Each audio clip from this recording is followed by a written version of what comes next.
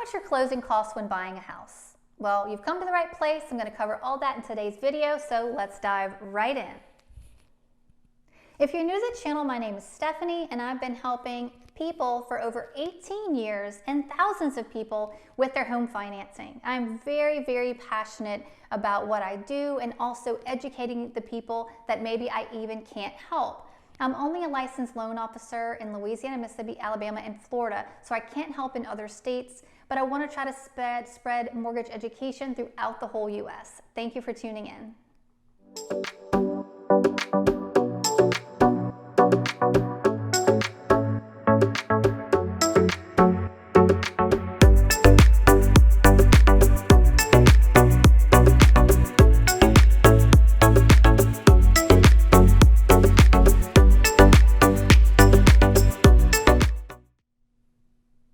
If you're new to the channel, please be sure to subscribe. I would appreciate it so greatly. Don't forget to like the video if you're enjoying the content and hit the bell to be notified. I drop new videos every week. Closing cost. What the heck are closing costs and why do they add up to be so much money? Well, I think the first thing I want to do is make sure that we're separating closing cost versus prepaids.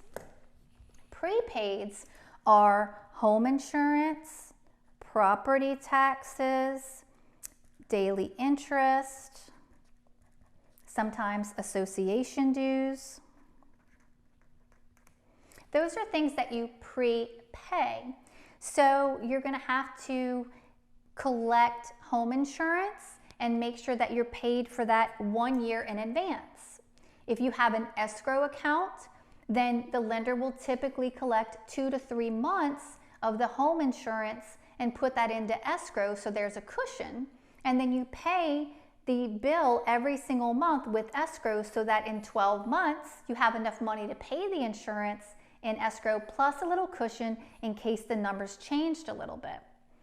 It's very similar with property taxes, but it's not a year in advance. It actually depends on when your loaned funds versus the first payment due versus when the tax bill's due, but you do need to prepay that and set that up in escrow if you're doing an escrow account as well. And then when you go to closing, you pay interest based on your interest rate and your loan amount every single day till the first of the next month, and then that is when your first payment's going to be due, so you don't get any days free. So there's a few days of interest. I wanted to just separate that out and say that's prepaids. Now that's separate from closing costs, and that's what we're really going to dive into today in this video. Closing cost is the lender, the appraiser, the title company, the clerk of court. It could be a termite certificate.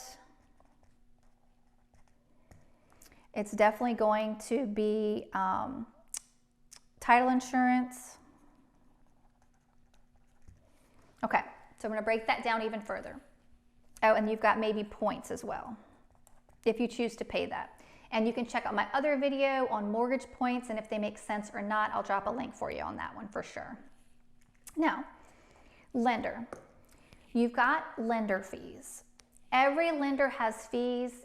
There is an immense cost to lenders to do loans. There's such an overhead on that. Now, each lender sets up their lender fees completely separately, and they're called different things. Some of the standard things you might see are underwriting, processing, flood certification, DU findings could be an example, VOE for verification of employment, because a lot of employers actually charge to verify your employment. Those are some of the things that I do frequently see when it comes to the lender fees. What will also kind of fall under that category, but somewhat in its own category, is the points. That's if you decide to pay points to get a lower interest rate. Then you've got the appraisal fee. Now that depends on how big the house is. It also depends on if it's a multi-unit. Is it like one single family, or is it 2-unit, 3-unit, 4-unit? Is it a condo? Things like that. Many times I find the average to be, and assuming single family and assuming not a large home, I typically see the appraisal run between $500 and $600 is a pretty good average. Then you've got the title company and the fees that they charge. Again, that varies, and in most states, the buyer gets to choose the title company, and sometimes your lender will even shop multiple title companies for you to try to get you the best deal. But I've seen, on average again, title company fees to be between $500 and $750 for their particular fees. What I've seen them called is doc prep fee, notary fee, electronic delivery fee, courier fee, things like that. But again, that's just like the lender fees. They're called lots of different things, and they can vary greatly by lender and also by state. The next, you've got the Clerk of Court. The Clerk of Court needs to record the mortgage when you're buying a home so that everyone knows in public record, this is your home, that you own it. And that's actually going to depend on the mortgage company you go with. It's going to depend on how many pages the actual mortgage that's being recorded is. Are there any riders? Meaning, like, is it a PUD or a planned unit development? Things like that. So I'm going to say recording fees, and sometimes there's tax stamp fees and things like that. That's not in every state, so I'm not going to include that here. I'm going to give you more of the generic average. I've seen recording fees be as cheap as $100, as much as $350. If I'm going to give you an average, I'm going to say closer to $250 is probably a good average to consider when it comes to the Clerk of Court fee. The Termite Certificate, I've seen that be between $75 and $100 on most averages. That's a good reference point for that. When it comes to title insurance, it can also vary state by state, and it's more state mandated. So I'm going to give you some examples for Louisiana, and I'm going to give you some examples at let's say 3 different price points. So let's say a $200,000 purchase.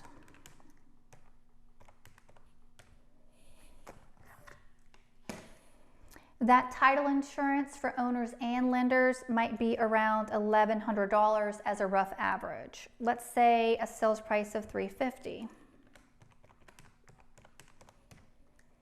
That might be about $1,925, give or take, for a price of around $350. Let's do a $150 price. Well, let's do a $125 price. I don't know what applies into what areas you can get homes at that price, but it's going to be another good reference point for you. That's about let's call it $688. There's just a few different reference points.